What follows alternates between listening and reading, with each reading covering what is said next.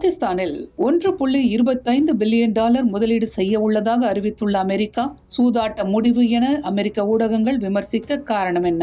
விரிவாக பார்க்கலாம்.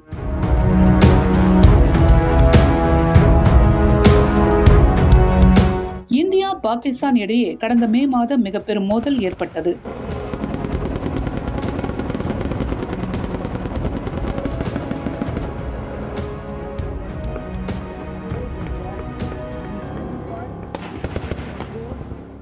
இரு நாடுகளின் ராணுவமும் மாறி மாறி தாக்கிக் கொண்ட நிலையில் பின்னர் இருதரப்பு பேச்சுவார்த்தை காரணமாக இந்த மோதல் முடிவுக்கு வந்ததாக இந்திய ராணுவம் கூறியது.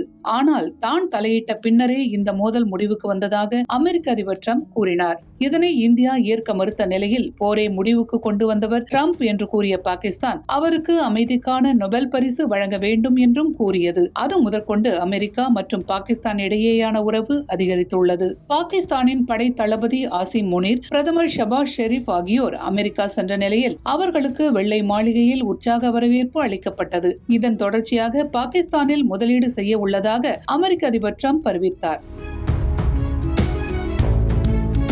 இந்நிலையில் பலுசிஸ்தான் பகுதியில் உள்ள கனிம சுரங்க திட்டத்தில் $1.25 பில்லியன் அதாவது இந்திய மதிப்பில் 10,500 கோடி ரூபாய் அளவு முதலீடு செய்ய உள்ளதாக அமெரிக்கா அறிவித்துள்ளது. ஆனால் இந்த முதலீட்டை பெரும் சூதாட்டம் என்று அமெரிக்க ஊடகங்கள் விமர்சிக்கின்றன.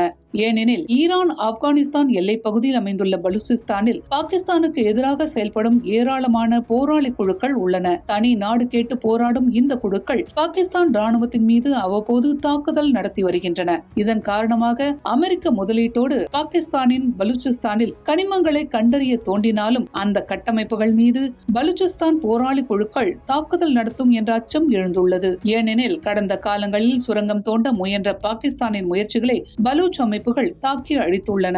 இதனால் இந்த கனிம சுரங்கங்களுக்காக அமைக்கப்பட்ட சாலைகள், கட்டடங்கள் உள்ளிட்டவற்றை பாகிஸ்தான் எவ்வாறு பாதுகாக்கும் என்ற கேள்வி எழுந்துள்ளது. இதுகுறித்து பேசியுள்ள பலூச் தேசிய இயக்கத்தின் தலைவர் நசூம் பலூச், இந்த வளங்கள் பாகிஸ்தானுக்கு சொந்தமானவை அல்ல, பலூச் மக்களுக்கு சொந்தமானவை என்று கூறியிருக்கிறார். மேலும் இந்த திட்டத்திற்கு உதவும் எந்த நாடோ அல்லது நிறுவனமோ பலூச்சிஸ்தானை பாகிஸ்தான் சுரண்டுவதற்கு நேரடியாக துணை புரிகிறது என்றே பார்க்கப்படும். எங்கள் வளங்கள் எங்களுக்குத்தான் சொந்தம், எங்களை ஆக்கிரமித்து ஒடுக்குபவர்களுக்கு அல்ல என்று அவர் கூறியிருக்கிறார். இதனை முன்வைத்தே டிரம்பின் இந்த முதலீட்டை அமெரிக்க ஊடகங்கள் பெரும் சூதாட்டம் என்று விமர்சித்து வருகின்றன.